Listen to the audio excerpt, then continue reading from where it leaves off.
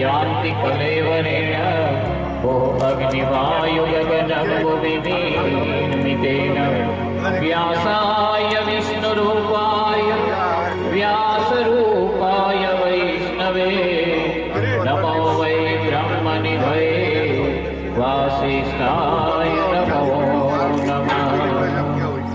नमोऽस्तु ते व्यास विशालबुद्धे पुल्लारविन्दाय तपत्रनेत्रं तेन त्वया भारततैलपूर्णं प्रज्वालितो ज्ञानमयः प्रदीपः या देवी सर्वभूतेषु मातृरूपेण संस्थिता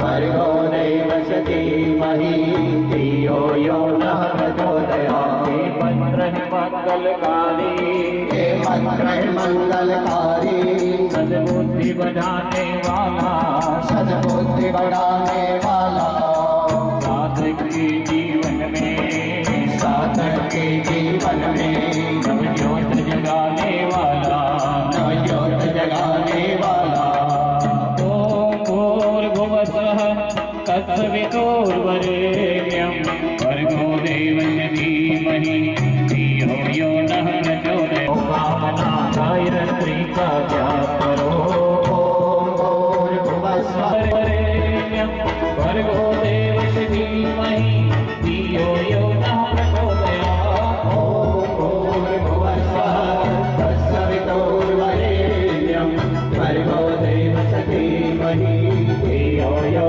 नः प्रचोदयात्। दीप पूजन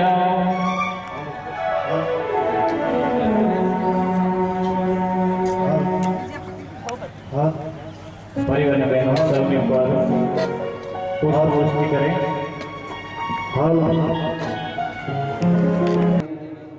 परम पूज्य गुरुदेव परम वंदनीय माता भगवती की कृपा दृष्टि द्वारा गायत्री महायज्ञ माध्यम द्वारा परमात्मा आराधन करવાનો અવસર આપણને મળ્યો છે। વિશ્વામિત્ર આપણું મન સ્થિર બને, મન લોભી, મન લાલચી, મન ચંચल, मन चोर, मन के मत चलियो नहीं, पलक पलक मन और कहीं कहीं भटकતું મારું મન હે પરમાત્મા આપની પૂજા માટે સ્થિર બનો તે ભાવ સાથે જમણા હાથમાં એક ચમચી જળ લઈ સ્વાહા તેજો વૃત્તિ કરો સ્વામી પાણી નીચે રાખી દઈએ। प्राणायाम कमर सीधी जमणो हाथ ऊपर डाबो हाथ नीचे आंखों बंद बिल्कुल शांत थी उगता सूर्य નું ધ્યાન કરીએ। મંત્ર બોલાય ધીરે ધીરે ઊંડો શ્વાસ લેતા જઈએ। આવેગ વગેરે જેવા મનોવિકારોથી એ મુક્ત પવિત્ર પાત્ર જેમાં ભગવાનની શક્તિ ધરાઈ શકે એ ભાવ સાથે પ્રાણાયામ નિધાન કરીશું। કમર સીધી મંત્ર બોલાય ઊંડો શ્વાસ લઈ રોકી ધીરે ધીરે બહાર કાઢીએ। ઓમ સૂર્યાય નમઃ ओम सूर्याय नमः ओम भास्कराय नमः ओम भास्कराय आपो ज्योतिरस अमृतं ब्रह्म भूर्भुवस्सुः।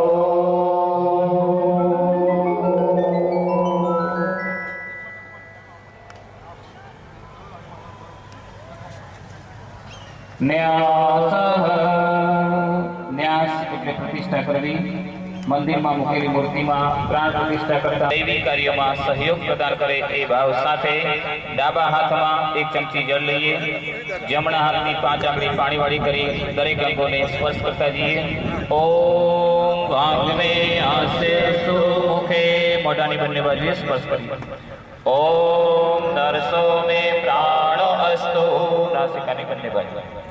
ओम अक्षोण में चक्षुरस्तु बन्ने आंखों। ओम कर्णयो तनुस्तनवा में सहसंतो पृथ्वी पूजन।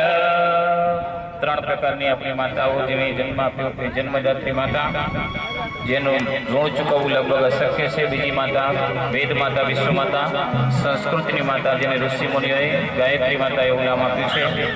અને ત્રીજી માતા ધરતી માતા, જે આશીર્વાદથી સંપૂર્ણપણે ફલીભૂત થાય. પૂર્ણ ભાવ સાથે માતા પિતાનું ધ્યાન કરીએ. માત પિતા પ્રભુ